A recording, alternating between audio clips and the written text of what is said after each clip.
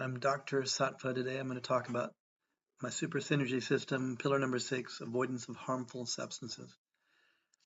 Now, normally that would be something most people recognize, as in you know that certain things are bad for you. And it's usually a really long discussion because we not only identify what's bad for us, we try to figure out how to reduce it. And if we could do that easily, we would have already done it.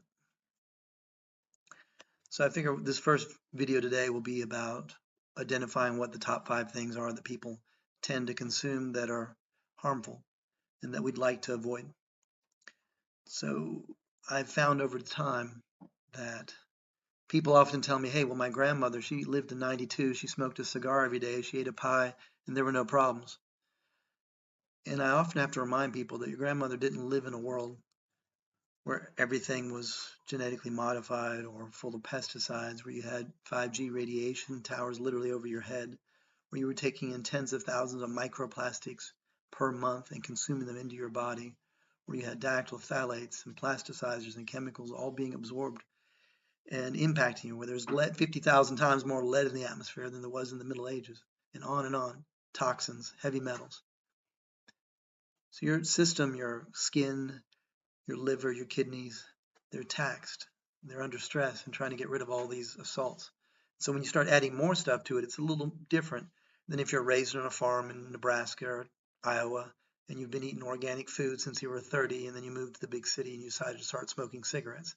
That's a different story. So what are these 5 things? The first one is pretty common. It's alcohol. And I can say in my own life I've had alcohol, but I also, when possible, drink alcohol-free beer and keep it to a minimum just to stay healthy because I recognize it's a toxin. Second is nicotine and nicotine products, tobacco. It's not just the nicotine, but all the other carcinogens and chemicals that come with those products. It's something I've never been addicted to, but friends have told me it's one of the hardest things they've ever tried to break. It's right up there with heroin or Suboxone. The third thing is refined sugar because it's subtle, but it leads to diabetes. It can be mood altering, stress inducing. And too much refined sugar can also, or is linked to certain types of cancer.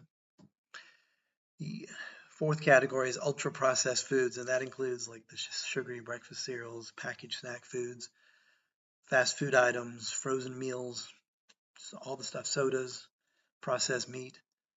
It's all the things that your grandmother didn't eat on that farm she was raised on, or your great grandmother for sure.